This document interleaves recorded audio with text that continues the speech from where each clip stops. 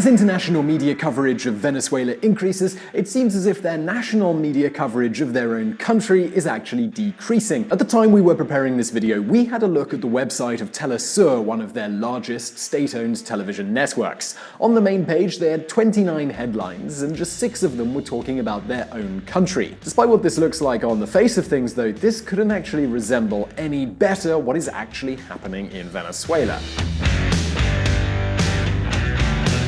Today, there is no one who denies that the South American country is going through one of the worst humanitarian crises that the entire continent has ever seen. According to a study run by 3 universities from this country, the average Venezuelan weighs between 9 and 10 kilos less than 2 years ago when the food shortages began. Now, the big question is how much blame should be apportioned to the Venezuelan president, Nicolas Maduro. And this is where people have rather different opinions. According to many political analysts, Venezuela is not a democratic nation anymore. Things like the president's attempt to dissolve the parliament or jailing politicians from the opposition have triggered diplomatic crises at the highest level. Peru retires their ambassador in Venezuela with the support of their parliament. Nonetheless, there are others who still claim Venezuela is a democracy. They even say Nicolas Maduro, the president, is defending himself from a coup d'etat. So the question is here, who is right? Can we say that Venezuela is a dictatorship, or is this something of an exaggeration? Today, we're going to answer this question, but before we do, let's check out the story of Nicolas Maduro and his government. Who is preparing a coup d'etat? According to Maduro, the Venezuelan crisis can be summarized as a conspiracy by the United States and their allies to destroy the Bolivarian Revolution and the so-called 21st century socialism. La élite imperialista que The desprecia. imperialist elite despises our people and have the goal of destroying our lifestyle, our democracy, our independence, and our homeland. They have decided to trigger plans to destabilize the Venezuelan society. Oh yes, listen, I know what you're probably thinking, but let's just imagine for a quick moment that that theory actually makes some kind of sense. In this case, the imperialist elite are not only trying to dismantle the Venezuelan economy, but also their government. And this is what explains Nicolas Maduro's fear of a coup. But hold on for just a moment, because before we continue, we should explain what a coup actually means. Well, a coup d'etat is defined as the taking of power in a sudden and violent action carried out by a powerful group like the army. And surprise, surprise, the Venezuelan army is absolutely loyal to Nicolas Maduro.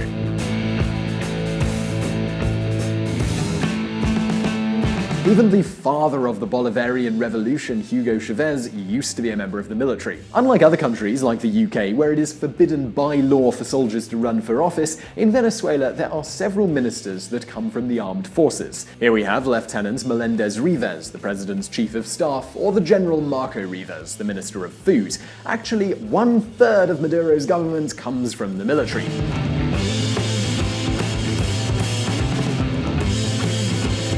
This being said, who could successfully conduct a coup in Venezuela, according to Maduro? Well, as you might have guessed, he suggests this would be his political opponents. There's only one problem with this theory, though. Not one of them has any relationship whatsoever with the military. People like Enrique Capriles or Leopoldo Lopez or any of the other opposition leaders are professional politicians or former businessmen, and they have no military group supporting them. Despite all of this, the government keeps saying that all these politicians are the real instigators of the country's street violence.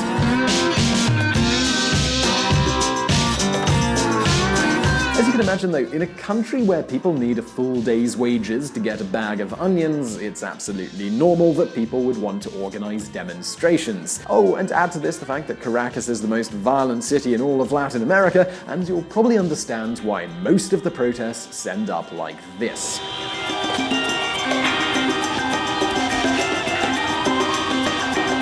Nonetheless, according to the government of Venezuela, the clashes between the police and the protesters are nothing but the outcome of bourgeoisie propaganda. This is why, in September of 2015, 3 months before having parliamentary elections, the Venezuelan police arrested Leopoldo Lopez, one of the opposition leaders. The prosecutor claimed that this man was inciting people into violence with these kind of statements made on Twitter. Don't you have the guts to take me to prison? Are you waiting for orders from Havana? I'm telling you, the truth is on our side.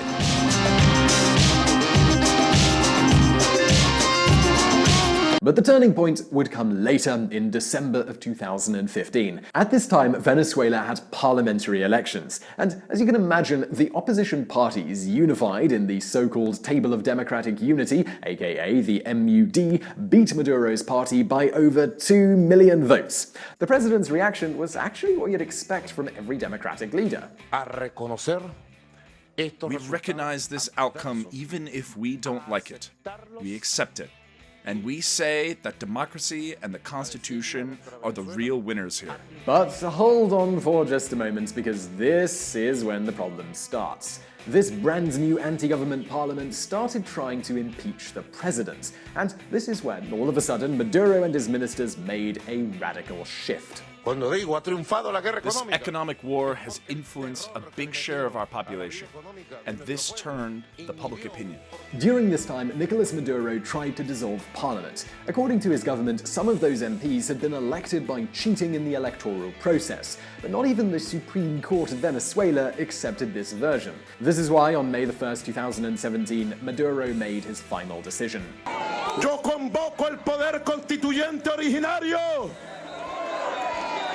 Calling up the constitutional power to get the peace this republic needs, to beat the fascist coup and let the people bring the harmony and the actual national dialogue. In other words, Maduro wants a new parliament to write a brand new constitution which would give him unlimited power, and this would be the ultimate step for creating a dictatorship. And as you might well now wonder, is this going to be through an election? Well, theoretically, yes, but the truth is that since 2015, there are lots of opposition leaders behind bars. And so, well, what about the media? Maduro supporters say that Venezuela has freedom of speech, but is this really true? Well, let's have a look at that. Is there freedom of speech in Venezuela? According to the current Venezuelan constitution, freedom of speech is a fundamental right. And yes, there are many newspapers who oppose the new government. But guess what the problem these newspapers have is? Well, they don't actually have any paper on which to print their news. Just like that. In Venezuela, paper is a monopoly regulated by the state, and this is why a media outlet like El Nacional, which is contrary to Maduro, has to reduce their circulation and even the number of pages in their newspaper. Other dailies have had to become weeklies because they couldn't print so many papers. And now you might be wondering, well, what about the internet? I mean, who even reads print papers anymore? Well, unfortunately, Maduro and his government have absolute power to block any website. Have you ever heard of the site Bitly? This is a site where you can put the link for any page and it makes it shorter so you can tweet it easily. Does it sound counter-revolutionary to you? Well, check this out. Bitly shortcuts are banned in Venezuela. As you can imagine, if Bitly is forbidden, other critical websites like CNN, Dollar Today, or InfoBAE are also banned. If you live in Venezuela and you want to visit these websites, you must do it through a proxy, just like in China. And of course, don't forget that there have been more than 40 journalists threatened by the government's allies, or even worse. 6 Twitter users are in jail in Venezuela for giving their political opinions. Yep, you heard that right. They are not being judged or fined, they are in prison. But hold on for just a minute, because all of this is nothing compared to what's happening in television. For decades, Caracas was the Hollywood of South American soap operas. Venezuela was famous for having lots of private TV stations, and of course, some of them were contrary to Maduro's government. The Venezuelan constitution provides for freedom of speech on TV, but on the other hand, the law forces them to broadcast all of the president's speeches. And we're not talking about one show a year. Maduro appears on TV several times a week, and the TVs have to make a break, no matter their schedule, and broadcast the presidential speech. Sometimes these speeches can last for hours. And add to this other stories like this one. Globovision, a Venezuelan TV broadcaster, is sold to a new owner who promises a new, more moderate ideology. Before Maduro was the president, during the times of Hugo Chavez, Globovision was a die-hard anti-government TV station.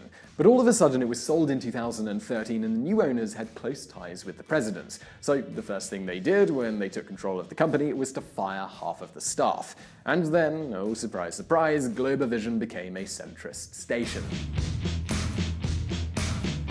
But make no mistake, this is merely one example. Today there is almost no media in Venezuela that is critical of the government. So the question I would now like to ask you is this. What exactly is the difference between Nicolas Maduro and any other dictator? Can anybody claim Venezuela is still really a democracy? Well, we'd love to know what you think, and you can let us know in the comments section below. Meanwhile, you should definitely check out this video we made talking all about how the crisis in Venezuela got started. Also, don't forget to visit our friends from the Reconsider Media podcast who gave us the voice on this video that is not mine. And of course, don't forget that we publish brand new videos every Monday and every Thursday, so hit that subscribe button below and on the screen now, and you won't miss any video. And also, if you like this video, please do give us a thumbs up, and as always, I'll see you next time. And if you'd like to hear more of my lovely voice, you can join us at Reconsider, the podcast that covers politics, but we don't do the thinking for you. Available on your favorite podcatcher. See you there.